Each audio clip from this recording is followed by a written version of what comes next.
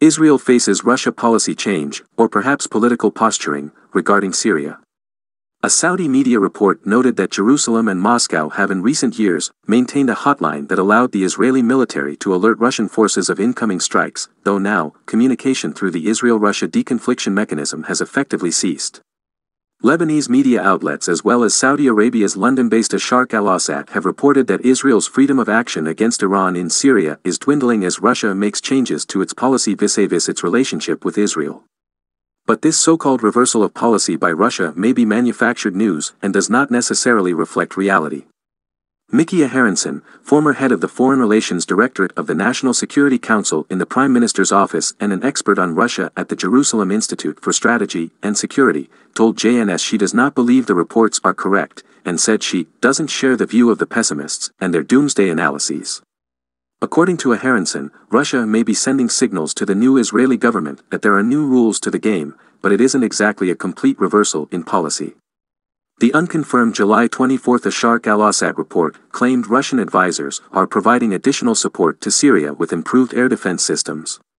In addition, a recent breaking defense report claimed this is the first time the Syrians have used the Buk M2E defense system against Israeli missiles, and that the Israel Defense Forces now plans to rely mostly on long-range standoff weapons, likely from outside Syria's borders.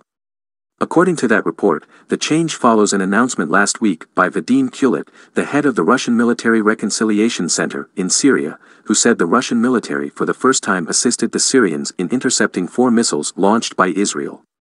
Jerusalem and Moscow have in recent years maintained a hotline that allowed the Israeli military to alert Russian forces of incoming strikes, the report said, claiming that now, however, communication through the Israel-Russia deconfliction mechanism has effectively ceased.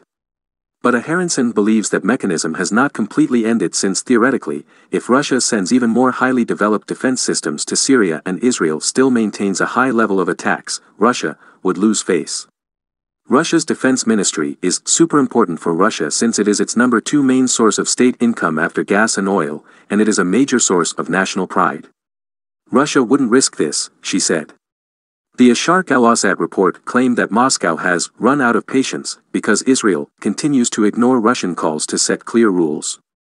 Aharonson agreed that Russia is growing impatient with Israel but for other reasons, including because they fear that attacks would unintentionally harm Russian assets or personnel and because in Russia's view, Israeli attacks send a message of instability in Syria.